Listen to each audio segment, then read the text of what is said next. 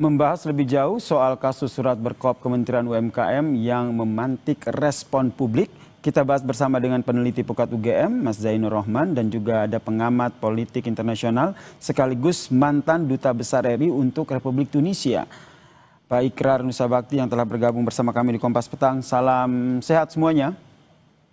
Salam sehat, Selamat sore.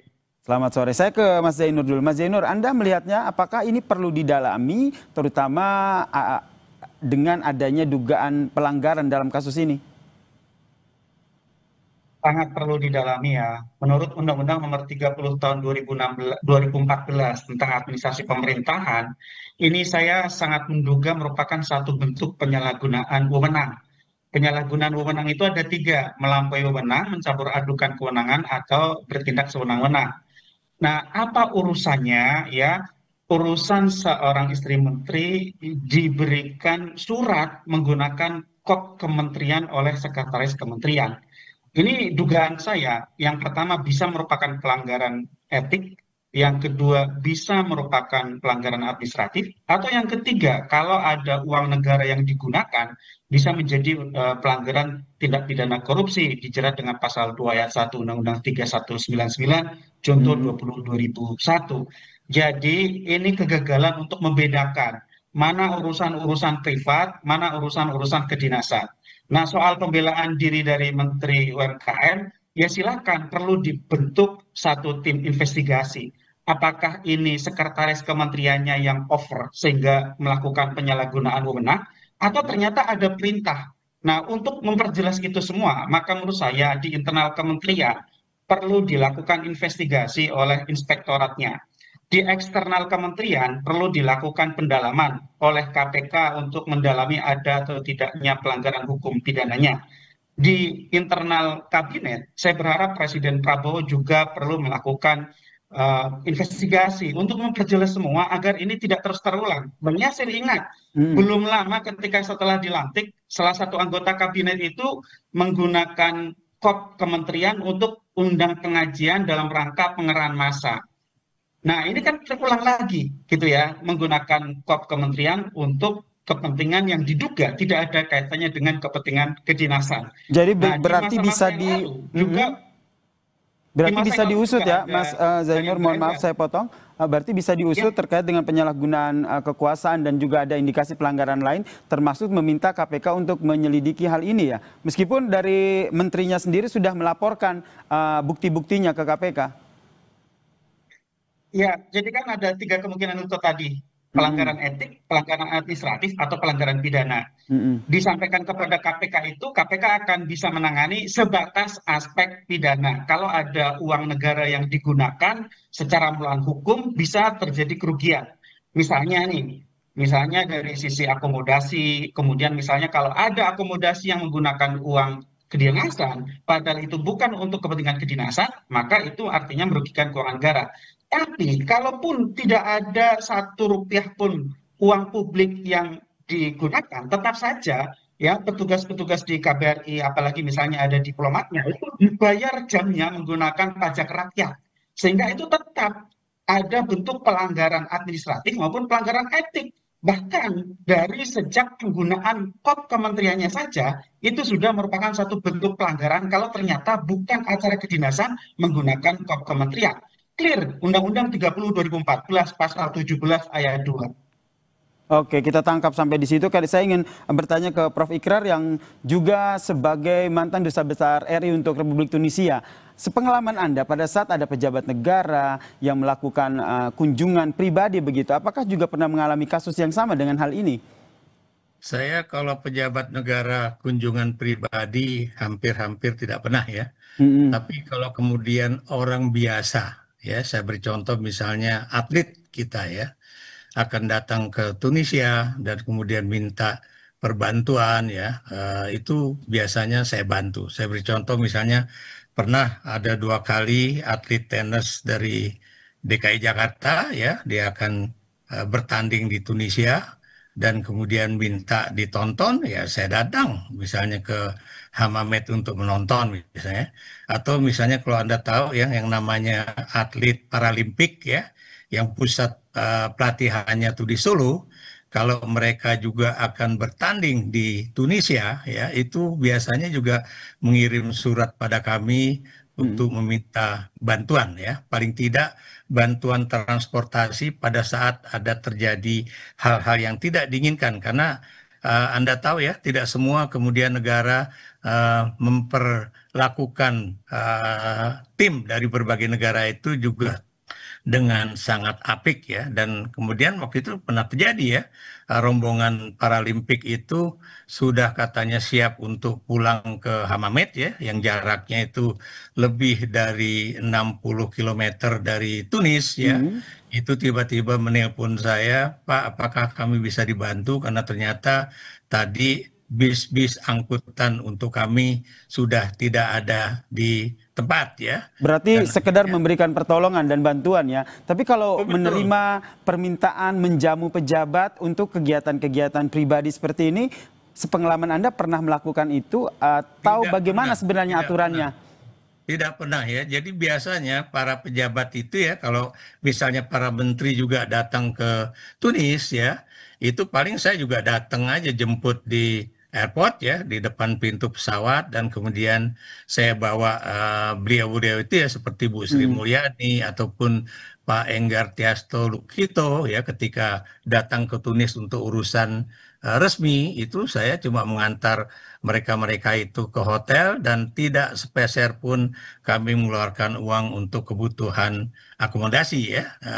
Apalagi Bu Sri Mulyani, ya, itu Mbak Ani itu sangat ketat, ya. Bahkan ketika beliau juga minta diantar ke pasar tradisional di Tunis, ya, Hmm. itu ketika beliau tidak punya uang dinar, itu langsung dia bilang jangan, uang dari Pak Dubes saya lebih tinggi dari Anda, dan kemudian saya akan menggunakan anggaran saya sendiri. Jadi itu adalah hal yang biasa, ya. Teman-teman dari BPK juga datang pernah ke Tunis, ya, dan kemudian udah selesai pemeriksaan di KBRI, kemudian Hmm. minta misalnya jalan-jalan ke pinggiran di kota Tunis, ya, atau di Tunisia, itu juga saya menyediakan kendaraan, ya, dan itu Baik. biasa kami Hmm. membantu yang namanya DELRI. DELRI itu Delegasi Republik Oke, Indonesia. berarti Tapi sekedar memberikan bantuan. Kalau Prof. Ikrar betul. sendiri pernah mendengar cerita soal permintaan memberikan pendampingan ataupun menjamu pejabat yang datang ke sana.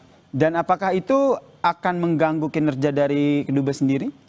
Ya, sebelum kasus yang terjadi sekarang, ya, itu Mm-mm. sebetulnya pernah terjadi kasus dengan, ya, teman saya yang namanya Fadlizon, ya, karena beliau mengirim kalau nggak salah WA gitu, ya, ke salah satu apa namanya itu perwakilan RI di sana untuk membantu anaknya yang kebetulan mau ke sana, ya. Itu membantu bukan artian menyiapkan akomodasi, kemudian kendaraan dan sebagainya, tapi sekedar pendampingan just in case terjadi hal-hal yang tidak diinginkan di negara tersebut, ya. Jadi itulah bentuk perbantuan yang biasa diminta oleh delegasi Republik Indonesia. Kalau saya katakan Mm. delegasi itu tidak harus delegasi resmi pemerintah, ya.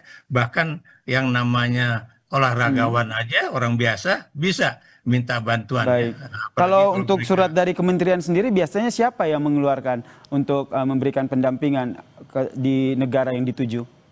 Saya belum pernah mendapatkan surat semacam itu, ya, karena Mm. biasanya kalau berasal dari kementerian, mereka itu sudah siap dengan apa istilahnya itu, misalnya hotel sendiri, kemudian kendaraan sendiri, ya. Paling juga tadi saya katakan meminta pendampingan untuk ya sekedar didampingi pada saat mereka ada kegiatan di sana, ya, dan itu Baik. sangat-sangat minimalis sekali. Jadi tidak ada budget yang dikeluarkan oleh KBRI, ya, dan apalagi kemudian menyediakan jamuan makan malam ataupun akomodasi dan sebagainya, ya. Berarti Dan Prof sendiri ya, pernah dapat informasi ataupun sepengalaman Prof ketika menjadi duta besar begitu, surat-surat seperti yang sedang kami tayangkan saat ini sebenarnya dari kementerian itu siapa yang mengeluarkan? Karena dari menterinya sendiri untuk kasus ini sendiri membantah bahwa mengeluarkan surat untuk memberikan pendampingan ini. Ya, saya tidak tahu persis ya seperti yang terjadi di Kementerian UMKM ya. Bisa saja itu apa istilahnya itu gagasan dari sang sekretaris sendiri, tapi juga bisa saja itu permintaan resmi dari kementeriannya ya. Tapi sekali lagi saya ingin mengatakan bahwa biasanya kalau ada delegasi memohon perbantuan itu biasanya tidak ada kaitannya dengan uang, tidak ada kaitannya dengan akomodasi ya, tidak ada kaitannya juga dengan kemudian disiapkan untuk misalnya makan malam yang aduhai mahalnya gitu kan. Ini cuma sekedar apakah kita kemudian sebagai kepala apa namanya perwakilan di sana itu masih memiliki BOK ya, itu bantuan operasional perwakilan ya, untuk kemudian bisa menjamu seadanya Baik. teman-teman yang datang ke negara tersebut begitu. Baik, saya ke Mas Zainur. Mas Zainur, apa yang harus dilakukan? Karena kalau kita lihat ini kan jauh sebelum akhirnya KPK berbuka suara, mana dulu yang harus disampaikan? Karena belum tahu nih siapa yang mengeluarkan surat ini, dari menterinya sendiri sudah membantah. Ya, memang perlu dijernihkan ya. Satu-satunya cara untuk menjernihkan kan dilakukan investigasi. Di internal kementeriannya dilakukan investigasi. Bagaimana surat itu diproses bisa sampai keluar dan dikirimkan. Kemudian dilakukan review. Apakah dikeluarkannya surat tersebut sudah sesuai dengan ketentuan di internal maupun terhadap kepatuhannya terhadap peraturan perundang-undangan. Yang kedua adalah saya pikir hal-hal seperti ini ke depan perlu untuk ditertibkan. Mana yang boleh, mana yang tidak boleh. Harus ada satu bentuk sosialisasi juga kepada para pejabat begitu ya, bahwa kalau dari sisi perlindungan terhadap warga negara itu merupakan satu apa namanya kewajiban negara begitu ya. Dimanapun warga negara Indonesia yang sedang berada di luar negeri berhak mendapatkan perlindungan. Tetapi kan kalau dalam konteks ini berbeda saya lihatnya gitu ya. Yang saya lihat adalah yang pertama adalah adanya potensi penyalahgunaan kewenangan karena penggunaan kop kementerian. Ya, yang kedua, ini apakah kepentingan kedinasan atau kepentingan non dinas? Kalaupun misalnya ke depan, misalnya dimungkinkan untuk kepentingan non dinas, ya itu harus dibuka juga dan harus ada perlakuan yang simetris terhadap seluruh warga negara. Misalnya terhadap kontingen dagang, terhadap kontingen olahraga atau kontingen para pencari ilmu gitu ya, mahasiswa atau siswa yang sedang berkompetisi begitu ya. Karena kan juga ada banyak jenis-jenis warga negara yang sedang memiliki urusan di luar negeri sehingga seharusnya itu bisa berlaku sama untuk semua orang, tidak ada perlakuan yang berbeda hanya karena keluarga dari pejabat. Kalau untuk pejabatnya sendiri, saya pikir justru merupakan sebuah kewajiban dari negara untuk mendukung bagaimana agar kepentingan dinasnya itu bisa berjalan dengan lancar, diberikan dukungan sesuai dengan batas-batas yang ditentukan oleh peraturan. Tetapi kan yang menjadi masalah adalah kemudian ketika ada percampuran antara kepentingan kedinasan dengan kepentingan pribadi. Ini tidak tepat. Ini awal mula dari korupsi itu kan tidak bisa membedakan mana private domain, mana public domain. Kemudian ada sumber daya publik digunakan untuk kepentingan-kepentingan pribadi. Jadi ini yang nanti kita nantikan bersama ya Mas Zainur dan juga Prof. Ikrar, apa langkah yang diambil, apakah ada investigasi terkait dengan kasus ini sehingga terang benderang begitu, sehingga berharap tidak ada dugaan penyelewengan kekuasaan atau penyelewengan anggaran di sini. Terima kasih peneliti Pukat UGM Mas Zainur Rohman dan juga pengamat politik internasional sekaligus mantan Duta Besar RI untuk Republik Tunisia, Pak Ikrar Nusa Bakti telah bergabung bersama kami di Kompas Petang. Ya, sama-sama. Terima kasih.